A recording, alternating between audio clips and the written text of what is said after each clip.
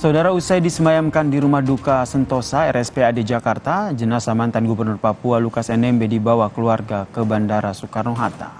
Ya Tuhan, terima kasih. Rombongan pengiring menggontong peti jenazah Lukas NMB, saudara, dari rumah duka dalam ambulans. Jenazah NMB dibawa ke Bandara Soekarno-Hatta.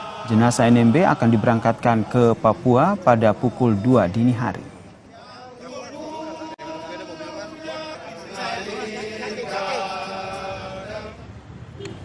Menjelang pemulangan jenazah Lukas NMB ke Papua, pengamanan di Bandara Sentani pun diperketat. Ratusan personel TNI Polri disiagakan di sekitar Bandara Sentani. Kendaraan yang masuk ke Bandara Sentani juga melalui pemeriksaan yang ketat dari para petugas keamanan di pintu masuk. Kapolres Jayapura menghimbau masyarakat yang akan ikut penjemputan tidak masuk ke area bandara agar tidak mengganggu aktivitas penerbangan.